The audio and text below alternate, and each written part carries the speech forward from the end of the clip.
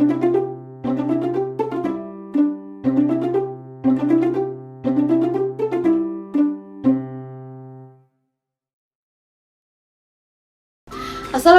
warahmatullahi wabarakatuh. Perkenalkan, saya Syifaul Kulum Bahtiar, kelas 10 Isaac Newton, nomor urut 34.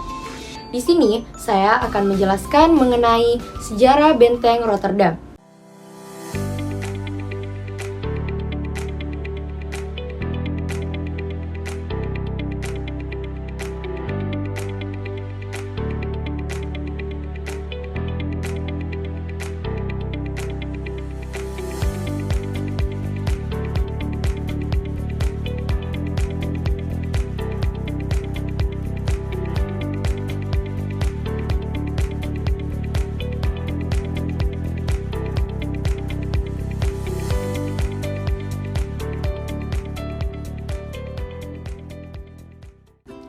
Benteng Rotterdam merupakan peninggalan dari kerajaan Goa-Tallo yang terletak di pinggir pantai Kota Makassar, Sulawesi Selatan. Benteng ini sebelumnya bernama Benteng Ujung Pandang.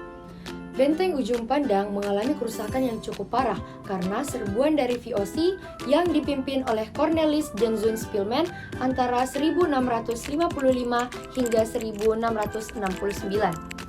Saat itu, kerajaan Goa-Tallo yang dipimpin oleh Sultan Hasanuddin terpaksa menyerahkan Benteng Ujung Pandang kepada Belanda. Penyerahan ini bagian dari Perjanjian Bongaya yang ditandatangani Sultan Hasanuddin secara terpaksa setelah kalah dari Perang Makassar. Setelah jatuh ke tangan Belanda, Benteng Ujung Pandang ini diganti namanya menjadi Benteng Rotterdam sesuai dengan nama kelahiran Spilman. Kemudian, Spilman membangun kembali bangunan yang telah hancur menggunakan arsitektur Belanda. Sejak jatuh ke tangan Belanda hingga 1830-an, benteng ini difungsikan sebagai markas komando pertahanan, kantor pusat perdagangan, pusat pemerintahan, dan kediaman pejabat tinggi. Salah satu peristiwa penting yang terjadi di Benteng Rotterdam ini adalah digunakan sebagai tempat menawan Pangeran Diponegoro dari tahun 1833 hingga wafatnya pada tanggal 8 Januari 1855.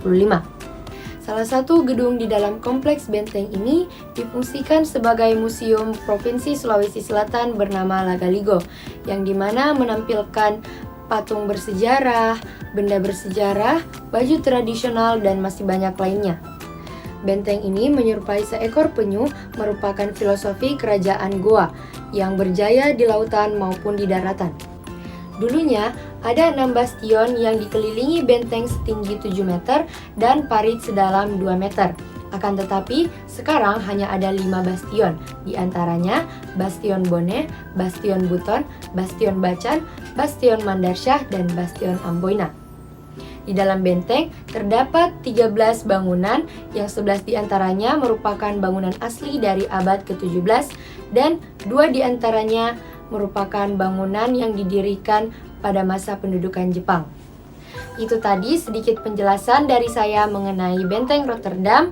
Jika ada salah kata mohon dimaafkan. Terima kasih telah menyaksikan. Semoga saya dapat nilai bagus. Wabillahi taufik wal hidayah. Wassalamualaikum warahmatullahi wabarakatuh.